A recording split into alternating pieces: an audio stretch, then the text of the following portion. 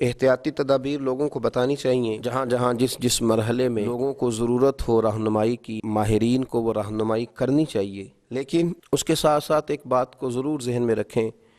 کہ لوگوں کو نا امید ہونے سے بچایا جائے۔ ایسی باتیں معاشرے میں نہ پھیلائی جائیں جو نا امیدی کا سبب بنے۔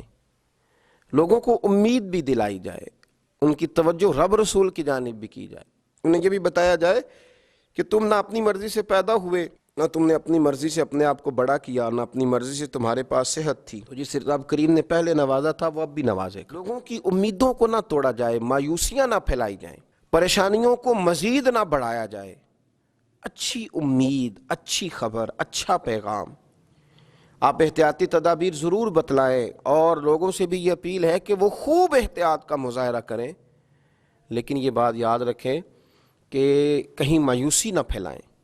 کہیں خوف میں مبتلا نہ کریں، لوگوں کے اعصاب پر سواری نہ کریں، کسی جگہ کا بھی کوئی ایسا ماحول نہ بنائیں کہ جس سے یوں محسوس ہو کہ انسان کرب میں آ گیا، وہ ڈگمگانے لگا ہے، اس کی سوچیں لڑکھڑانے لگی ہیں۔ اللہ کے رسول صلی اللہ تعالی علیہ وسلم ہمیشہ امید دلاتے تھے۔ بڑے بڑے گناہگار جب آ کے سوال کرتے تھے کہ یا رسول اللہ صلی اللہ علیہ وسلم، حد ہو گئی گناہ کرنے والی، نافرمانی کے آخری درجے تک پہنچ گئے، حکم کیا ہے؟ تو حضور فرماتے تھے تم کلمہ پڑھو، تمہارا رب تمہیں معاف کر دے گا۔ تم کلمہ پڑھو، اللہ تم پہ رحم فرمائے گا، اللہ تمہارے لیے آسانیاں کرے گا۔ بڑے بڑے غریب لوگ جب دروازہ رسول پہ آتے تھے تو حضور ان کے لیے ہاتھ اٹھا کے کہتے تھے کہ اللہ تمہیں مالا مال کر دے گا، تمہیں اللہ نواز دے گا، تمہارے لیے آسانیاں کر دے گا۔ اور پھر جب بڑے کمزور لوگ، بڑے بیمار لوگ، بڑے مجبور لوگ، وجود نکاہت سے چور چور ہو گیا، اس طرح کے لوگ جب آتے تھے تو اللہ کے رسول صلی اللہ تعالی علیہ وسلم انہیں بھی امید دلا دیتے تھے، ان کے لیے بھی حضور صلی اللہ علیہ وسلم خیر والا معاملہ فرما دیتے تھے۔ حضرت سعد بن ابی وقاص رضی اللہ تعالیٰ عنہ ارشاد فرمانے لگے کہ میں اتنا بیمار ہو گیا کہ مجھے یوں لگا کہ اب اس بیماری سے اٹھ نہیں پاؤں گا، شاید اس بیماری سے میں انتقال کر جاؤں گا، اب میرے لیے شاید مشکل ہو جائے مزید آگے بڑھنا۔ ہاں فرماتے ہیں میری ایک ہی بیٹی تھی تو میں نے یہ ذہن بنایا کہ میں وصیت کر دوں اپنے مال میں سے، کچھ اللہ کے راستے میں دے دوں، کچھ بیٹی کو دے دوں۔ میں نے صحابہ کرام علیہم رضوان سے گزارش کی کہ کوئی حضور علیہ السلام کی بارگاہ میں عرض کرے کہ آپ کا غلام تکلیف میں ہے، اگر نظر کرم ہو جائے، اگر رحمت کی نظر ہو جائے، چر ہویا مینوں ترلے لیندیاں، کدی موڑ میرے ول واگاں، خواب میری وچ ایک وار جیاویں، میں ساری عمر نہ جاگاں۔ حضور اگر مہربانی فرمائیں تشریف لے آئیں۔ حضرت سعد بن ابی وقاص فرماتے ہیں لاجپال محبوب تشریف لے آئے، کرم نوازی فرمائی،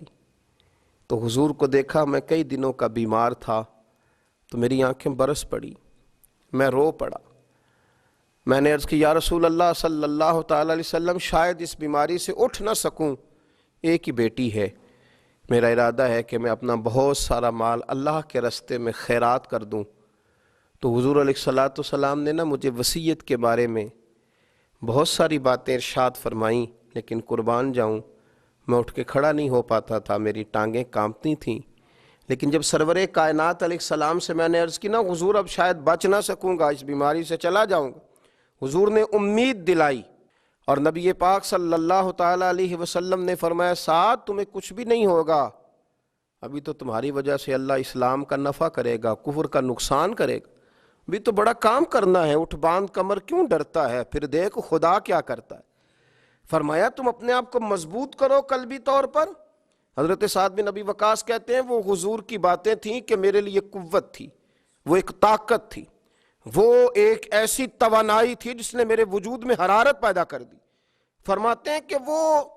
بہت ساری دوائیاں جو کام نہ کر سکیں وہ کریم محبوب کے چند جملے کر گئے۔ حضرت سعد بن ابی وقاص کہتے ہیں حضور تو تشریف لے گئے، میں کئی دنوں سے اٹھ نہیں پا رہا تھا، لیکن تھوڑی دیر کے بعد ہی ظہر کی اذان ہوئی تو میں نے اٹھ کے کھڑے ہو کے نماز ادا کی۔ تو یاد رکھیں کہ مایوسی نہیں پھیلائیں، احتیاطی تدبیر بتائیں، لوگوں کو آگاہی ہونی چاہیے، ماہرین اطباء ڈاکٹرز کے مشورے پر صحیح طور پر پابندی کے ساتھ سختی کے ساتھ عمل ہونا چاہیے، پر توجہ تو اللہ کی جانب رکھنی ہے نا، ہمیں امیدیں تو رب سے وابستہ کرنی ہے نا، اہل ایمان کا شیوا تو یہی ہے۔ اللہ تعالیٰ سمجھنے کی توفیق عطا فرمائے۔